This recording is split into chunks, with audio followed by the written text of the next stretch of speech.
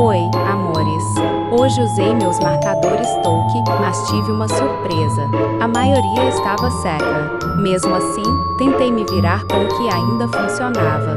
No final, a pintura da parede não ficou do jeito que eu queria. Mas tudo bem, depois eu volto aqui para consertar esse desenho.